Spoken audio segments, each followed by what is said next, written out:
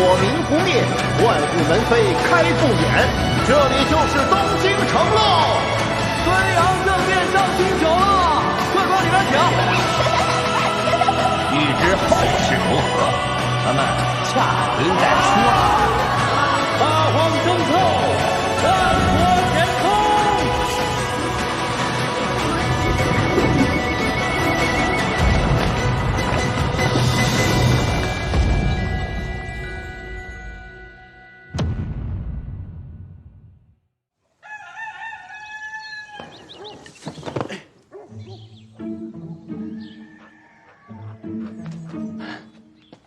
嘿，这么早就起来了，我还怕敲门吵着你睡觉呢。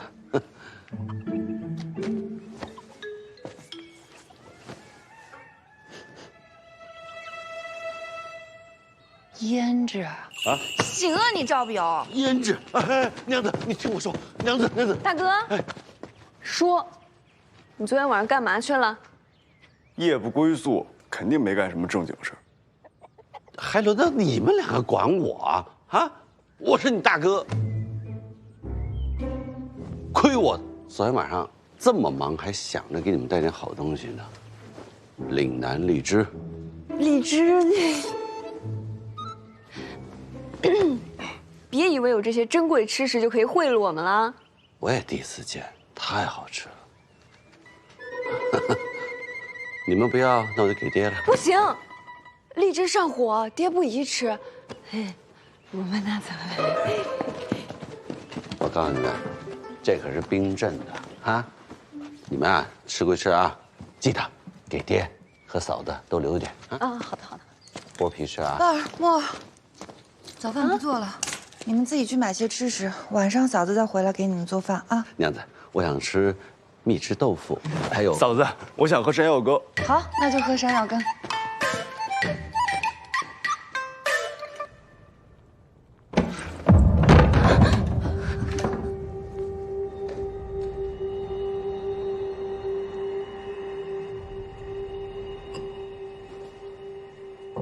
我就说嘛，那个姓赵的不懂事儿，看把我们七娘子给气的。你什么时候见过我为一个男人生气了？那昨晚，柱子和他……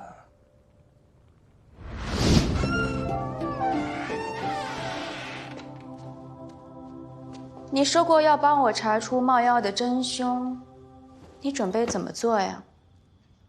你进来呀！不了，不是太方便，我站在这里说话就可以。你说什么？我听不见。我说，既是凶案，官府必定会介入。我在开封府也认识一些人，我来帮你打听打听。官府那边我早就打点过了，但我不信任他们，那些徇私枉法的家伙只会随便搪塞几个替死鬼给我。张七娘子啊，我可以提醒一下，有没有可能是仇人所为？说的不是妖魔鬼怪哈，人。人可比妖怪更可怕呀，人心诡谲，凶险难测呀。倒是赵先生和冒妖案前后脚出现，怕不是我仇家派来的吧？我呀，哎呦，我怎么可能是你仇家派来的？我呀，简单，就是图这份差事有油水才来的。如此说来，先生只是为得酬劳。当然。那赏金是多少呀？那门口的告示里不是都写了吗？你出去一看就知道。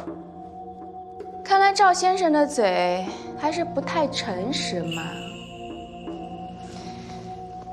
那我就好奇了，你图我什么呀？说实话，我还没想好。我那……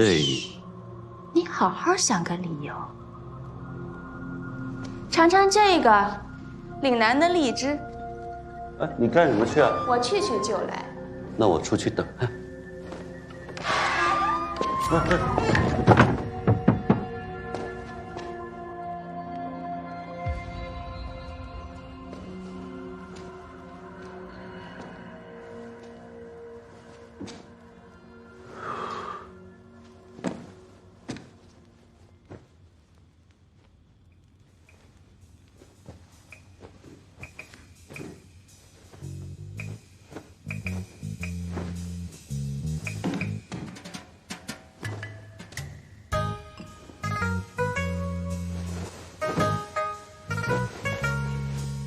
给娘子来一个，老爹来一个，赵范儿，赵妹。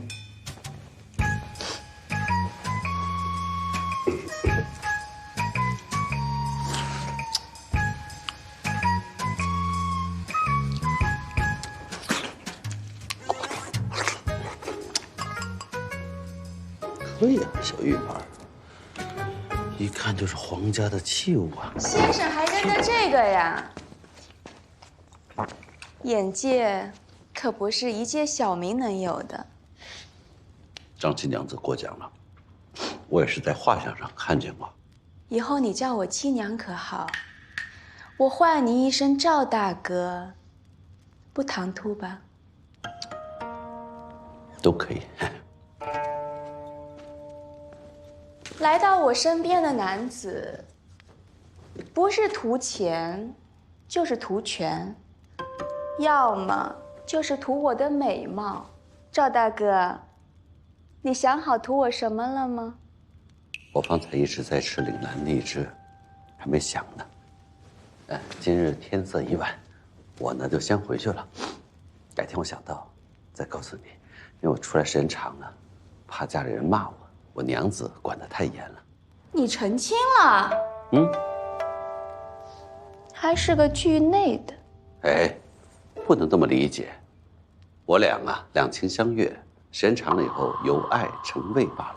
对，那就此告辞。我要是不让你走呢？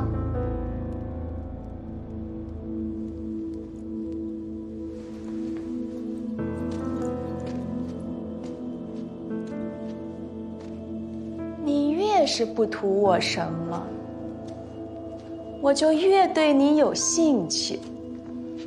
从小便有人教我，遇见自己喜欢的器物，管它是谁，贴上黄蜂，便可独占。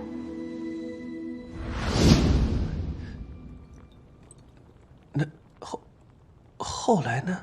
关你什么事儿啊？七娘子可要小心啊！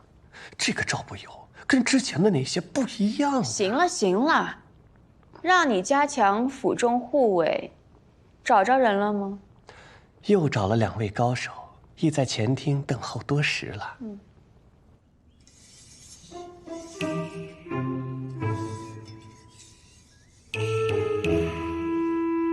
这张七娘子到现在还不出来见人，真是太大的架子了。练就一身本事，不就是为了祸慢石家？你急什么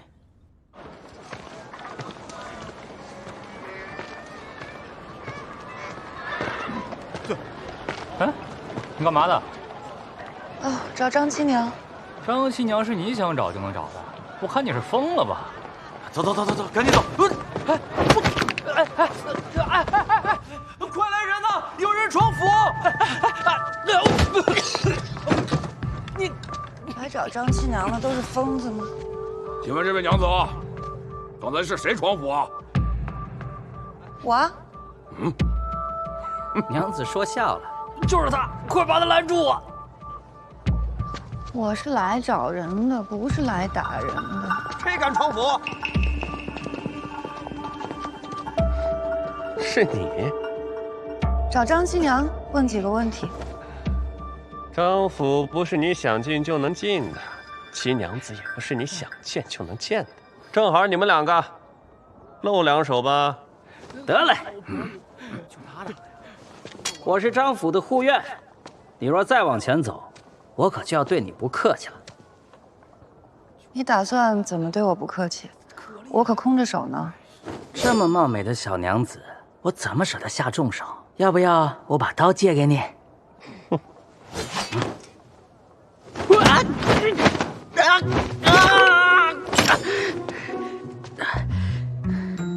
你怎么偷袭呀？不是你要把刀送我的吗？反悔了，还你。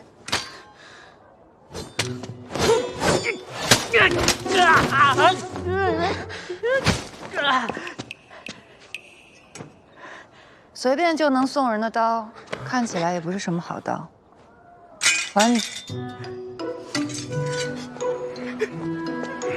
这位娘子，他们骗我做护院，我不能就这么让你进去。那你打算怎么拦我啊？我的兵器呢，有点重，待会儿要是招呼起来，不小心伤了你，请您见谅。呀！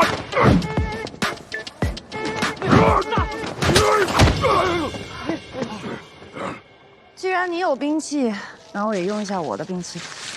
你这是什么兵器？不认识啊？这是山药。这可不是普通的山药。得罪了。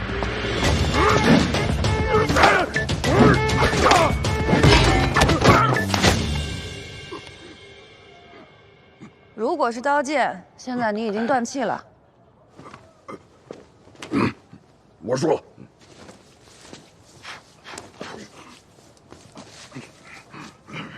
回去记得用白醋洗一下。敢问，您的山药有什么不一样啊？早市上买的，便宜许多。您可是为了上回庄宅牙行的事而来，有什么话我都会如实转告我们家七娘子的。还是把张七娘叫出来吧，我要当面问她。这个嘛，好身手啊！哦，七娘子。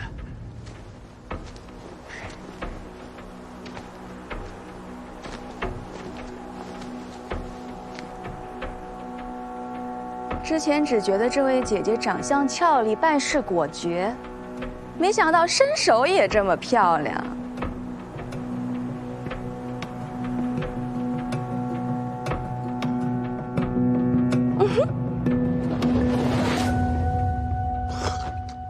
咱吃点嘛。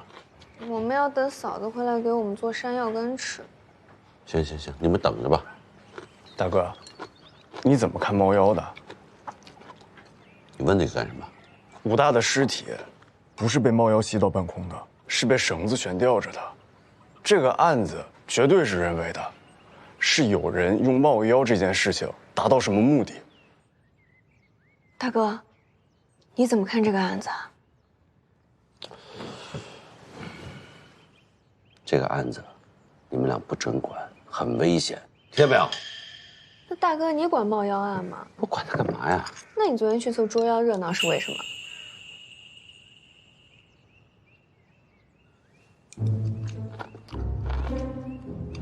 你怎么知道我昨天晚上去抓冒妖了？我看见了，我也看见了。嫂子也看见了。你看见什么了？看见你上了张七娘那个特别豪华的马车。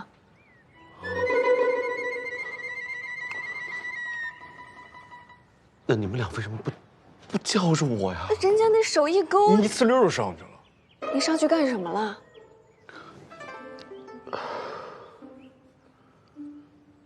是这样的，你们俩都想住南方，大哥想挣点赏金，这个大的宅子有2间南房，给你们俩一人1间。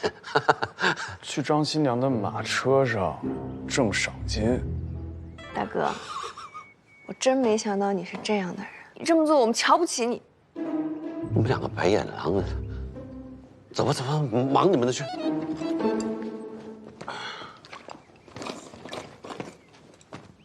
鄙视你！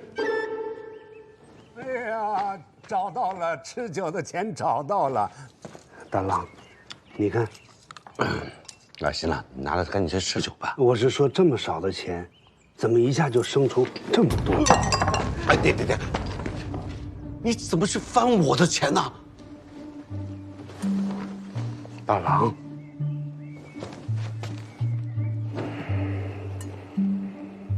大郎，有些钱能拿，有些钱不能拿。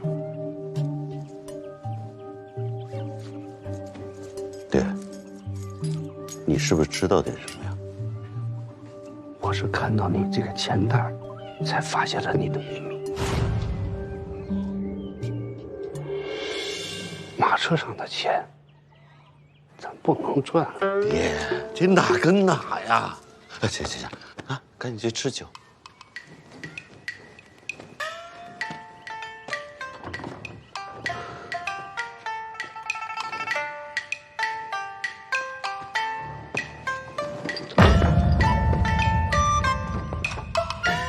我这玉女桃花膏是秘制配方，采用上好的益母草为原料，再加入749种草药，用蜂蜜调制而成。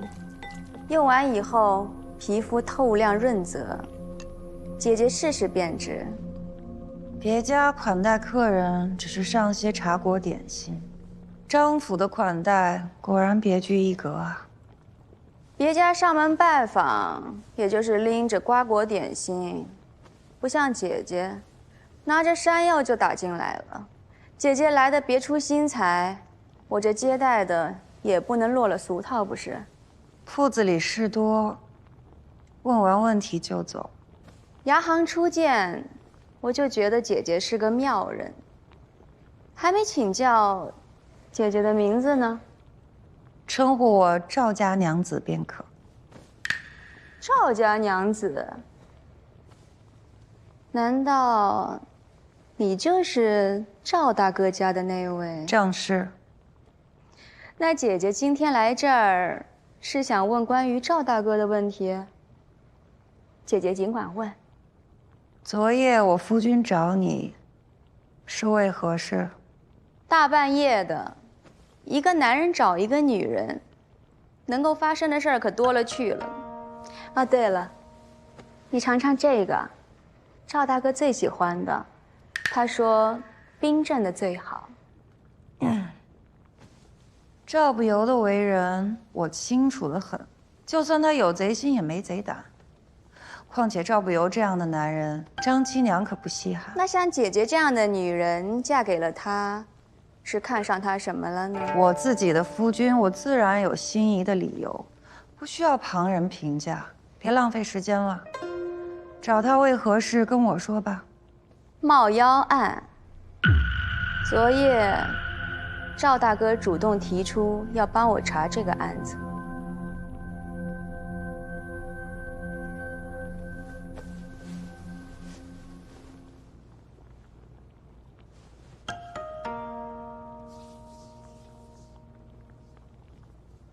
其实啊，要看一个女人过得好不好，脸只是表，这手才是理。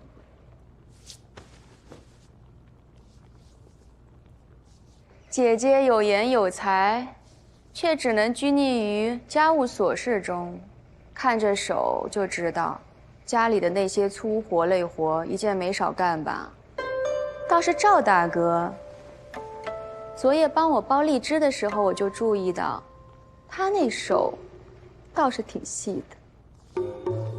唉，是啊，平日里舍不得赵不由干活，他那双手啊，也就留着给我洗洗脚。哦，昨日多了一个差事，给你剥荔枝。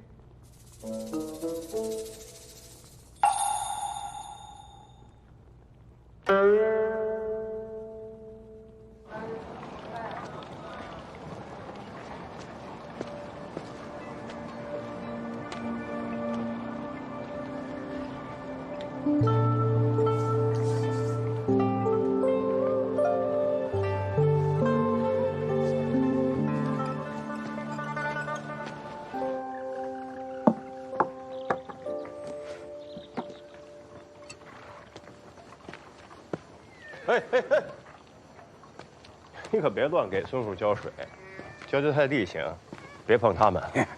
我就得干点粗活，怪不得养活不活这些活呢。哎呦，这是赌丝钱，本蒸骨头，这是又收着黑钱了。这么舍得给我买好吃的，哪个案子的？冒妖案。这么多，这个张七娘他们家管家康乾给我的，让我评那个冒妖案。老规矩，给你看一眼，然后按月发放给金元军那些老兵。我呀，替你们操多少心呢？头儿，我收他们这么多钱，一点不冤啊，他们还占了便宜了。你知道现在冒妖案闹的洋楼街那边人心惶惶，地价都跌成什么样了？抓人了吗？我抓了一个跑腿的，叫孙某。他昨天晚上出现在杀人现场，而且有证人啊。跑腿的，年轻男性居无定所。头儿，就算这个事儿我冤枉他了啊，你往后干，保不齐将来还他妈祸害谁呢？我这叫防患于未然。把这个钱呀，退了。冒妖案，张家的事情，你平不了。为什么呀？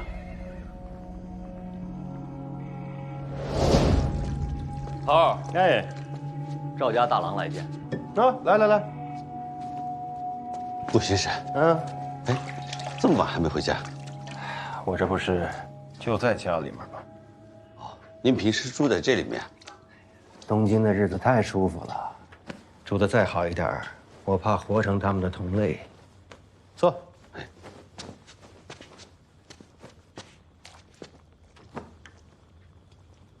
我想跟您打听个人。谁？张七娘，您知道吧？知道。你觉得她跟冒妖案有没有关系？张七娘，洋楼街冒妖案，有啊。你怎么看？我就觉得这个女人啊，你说年纪轻轻，这么厚的身家，你说她背后是谁呀？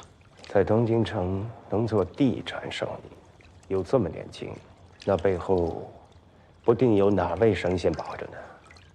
没事啊，别招他啊。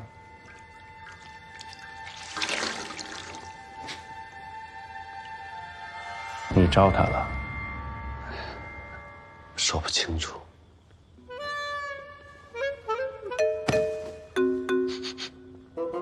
出去找女人了？没有，我去见张七娘了。我奉劝你，别找死。她有那么厉害吗？2年前，我们开封府有一个案子，一个年轻、俊美的教习，去到他府中，教他习书画。没多久，人就失踪了。他们家里人后来来提告，没过多久，家里人也失踪了。这案子最后不了了之。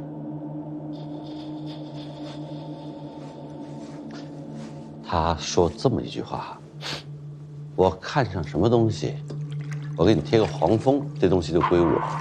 你什么意思？这话是他说的。对呀。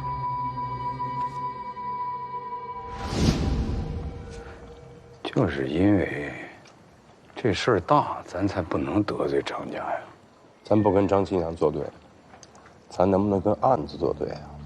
张家想让冒妖案早早了事儿，咱是开封府，咱得让每一个案子都清清楚楚。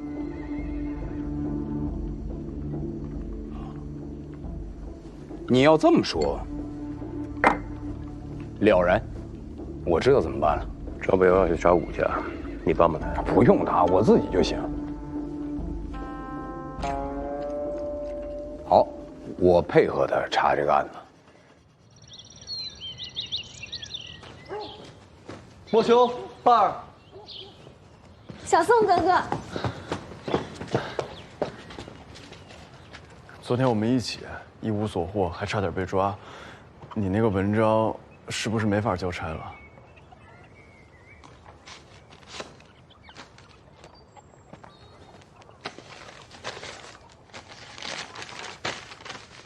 昨天半夜我又重新排了一版，也把苦灰改成了苦土，不过仅此一章。我看看，我还是头一回看到，果然是好朋友给你写的。你那掌柜的如此苛刻，他会不会？那我就理直气壮的把你给他做的牌子机器搬走。所以我们今天去哪儿？接着查。走。好。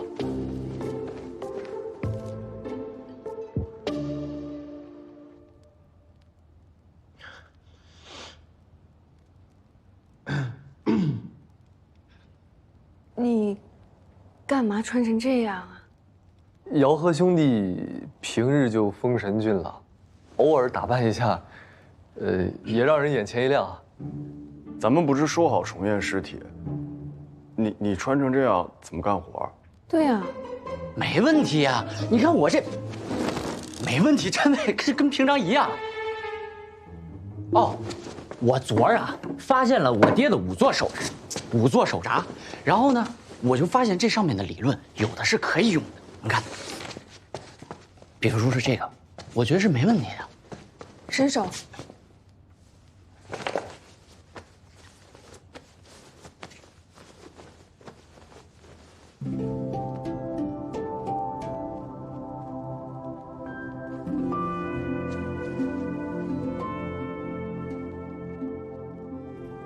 干活去啊！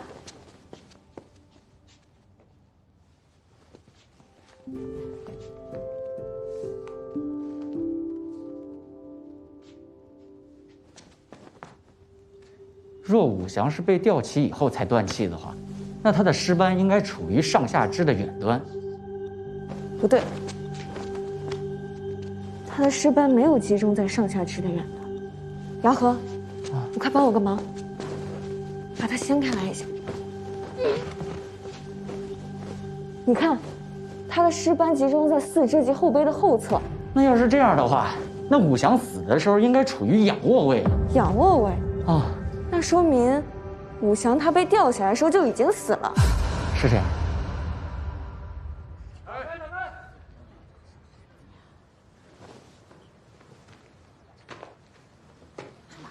来了，进来。万推司，你们两个还好吗？啊，他最近搬到哪儿去住了？回万推司。案发后，我和三妹便在从食店暂住。就这？有。介绍一下。二位是死者的弟弟妹妹，这位我们开封府请来帮忙断案的赵松士。节哀。猫妖不出，我大哥不能瞑目。放心，我在开封府这么多年，就没有破不了的案子，是吧？啊，没有天幽峰的妖怪，只有露出破绽的凶手。说得好。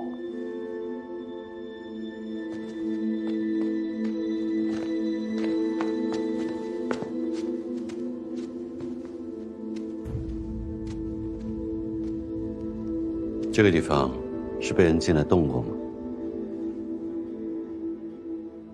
对，昨天晚上进来一伙人，那也不是偷东西。武大的尸体不是被猫妖吸到半空的，是被绳子悬吊着的。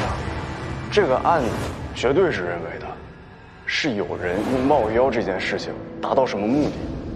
赵表，这没什么问题吧？哦，这里没什么问题，我们看看别处吧。武俏娘子，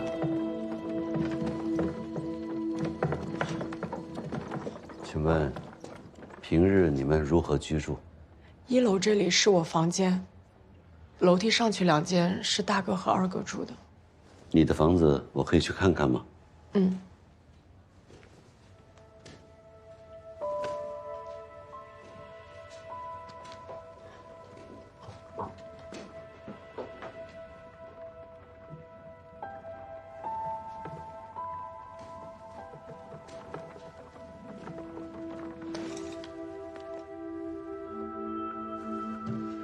我能打开那柜子看看吗？嗯。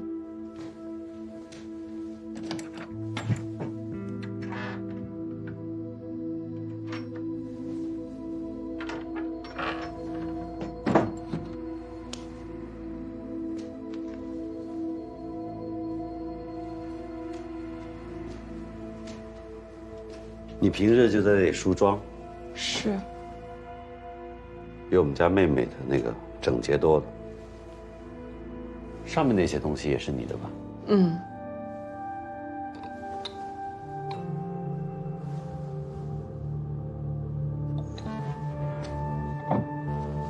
这漆白粉是你的？但这个平时我基本不用的。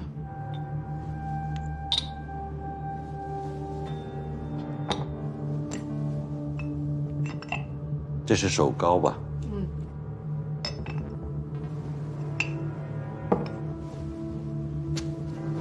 可以到2楼去看看吗？赵先生，我腿不方便，二哥你带他们上去吧。好，二位这边请。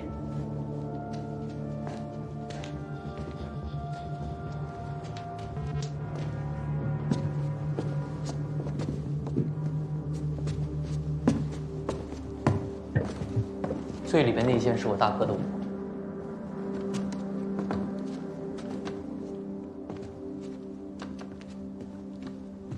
这五祥看着5大3粗的，屋子倒是挺干净利索。案发以后，这个屋子有人进来动过吗？案发之后，我们便没有进来过。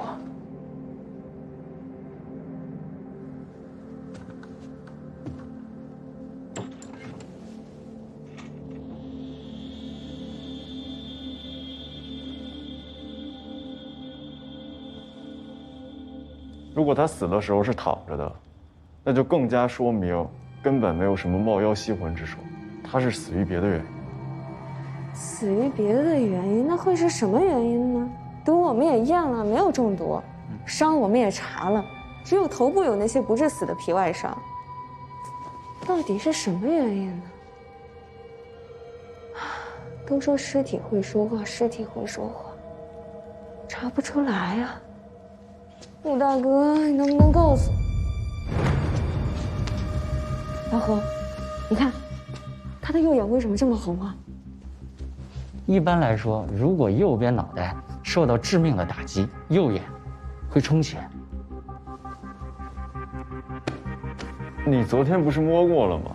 昨天摸的可能不够仔细，手套会影响触觉，我再摸一遍。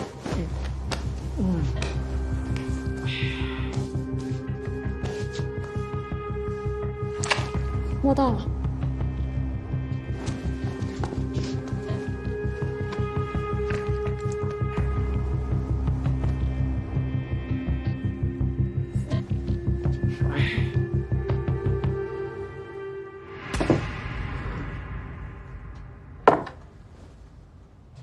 这个是你哥？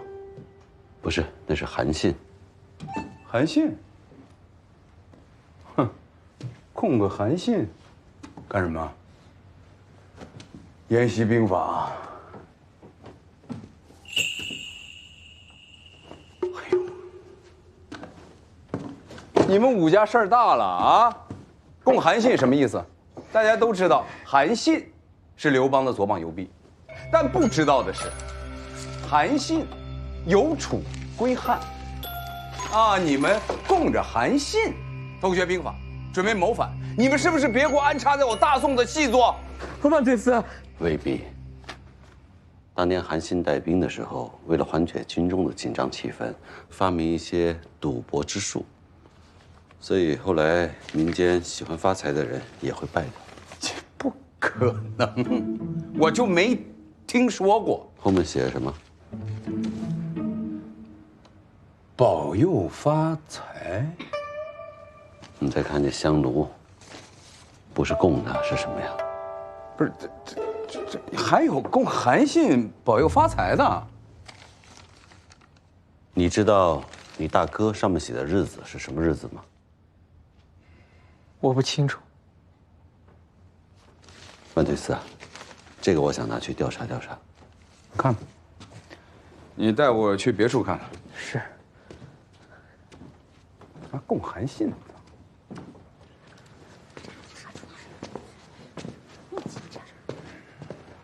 顾武祥房间挺干净，是个体面人啊，可惜这个死法。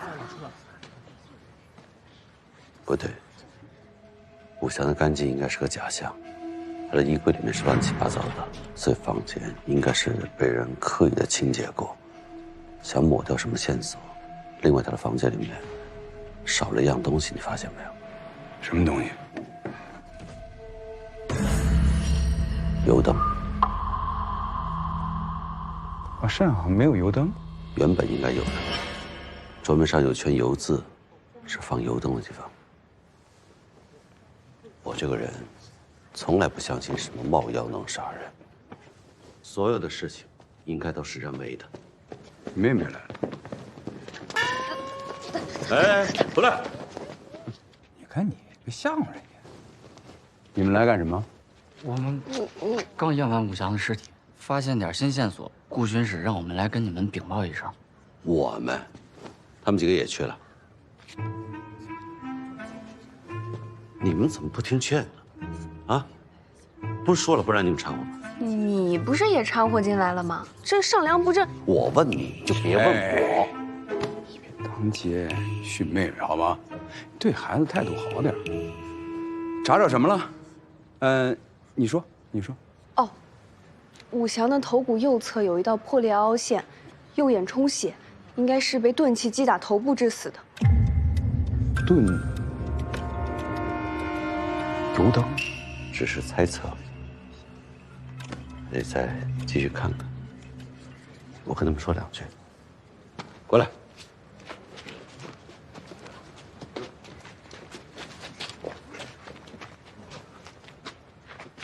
你们几个昨天夜里是不是进去这个命案现场了？啊？我们4个一起去的。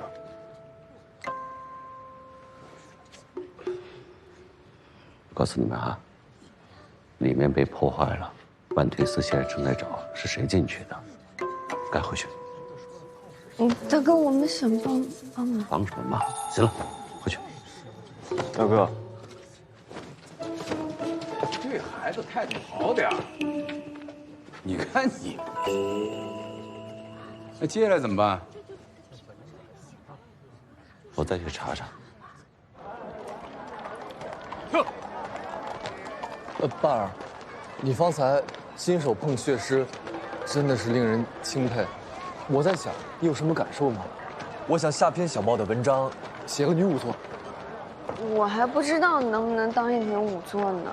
那说说感受。宋兄，你尝尝这个新口味。爸儿，验尸它本来就不是个易事儿。你看我爹，老江湖了，他有时候还栽跟头呢。你怎么知道我在想什么？我都经历过这些。唉，你说我到底应该做什么呢？我想去医馆，却被辞退了。我被拉去当仵作，还疏忽了这么重要的细节。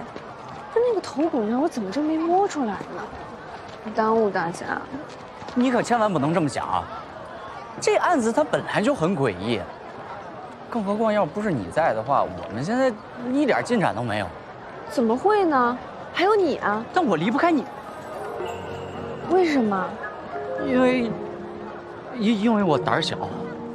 啊，确实。咋了？哎，他俩人呢？那来一份吧。丁家，我不买冰，我想买制冰的消食。各位看官，今日相扑场女斩争魁首，女梦奔何赛娘大战极旋风黑四姐。今天的小姐官人们，3文5文的讨个好彩头啊！来来来，黑四姐究竟是力更强还是技更高？各位看官请好。小哥，哎，请问上面那2位是谁啊？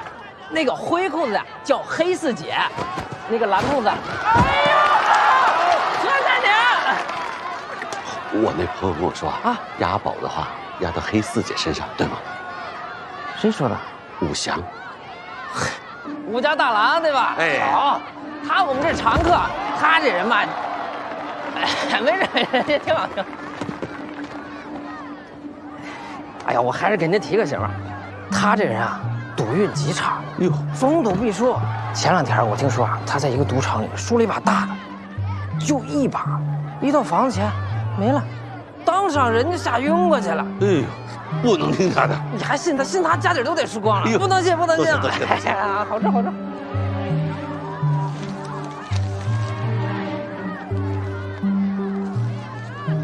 掌柜啊，我想问一下，黑四节的赛期是什么时候？黑四节，3月初2、初8、11，还有掌柜15、16。您帮我看看，赛期都是上面这些日子吗？啊，对，就是这些。太好了。下把要不要下注？我下一期。多谢。何然娘，开始去。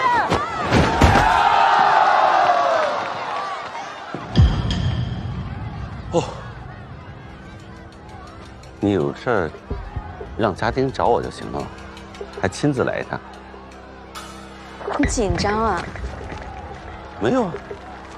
你既然答应帮我查冒妖案，就想着来看看你有没有偷了，顺便聊聊武家那案子。哎，那个8字都没有一撇。有消息，我告诉你。我可不这么觉得。赵大哥接下来去哪儿查啊？一起？我自己都不知道去哪，还没定呢，我自己去。我想你不会想在这里难看吧？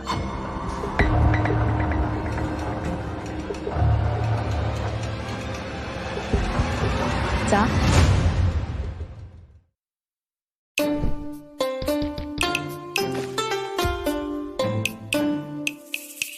你知道宋朝盛行花美男吗？簪花最初多发生在皇帝游行、祝寿、文喜宴之类的官方活动或宴会上，而后民间百姓开始效仿。从剧中大哥和嫂子逛瓦子就能看出，簪花已经成为一种新的 OOTD 日常。所以说，在宋朝，男子才是花式大户。就问你 CT 不 CT？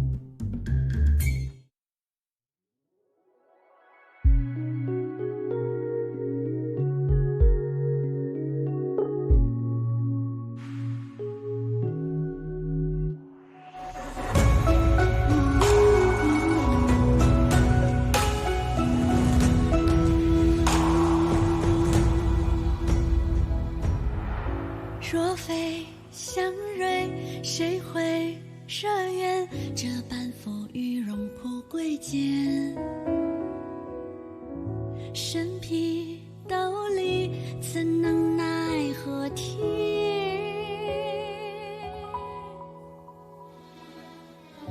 悲伤气囊，谁会许愿？结伴散尽，途穷必现。只寒切骨，苦于无端。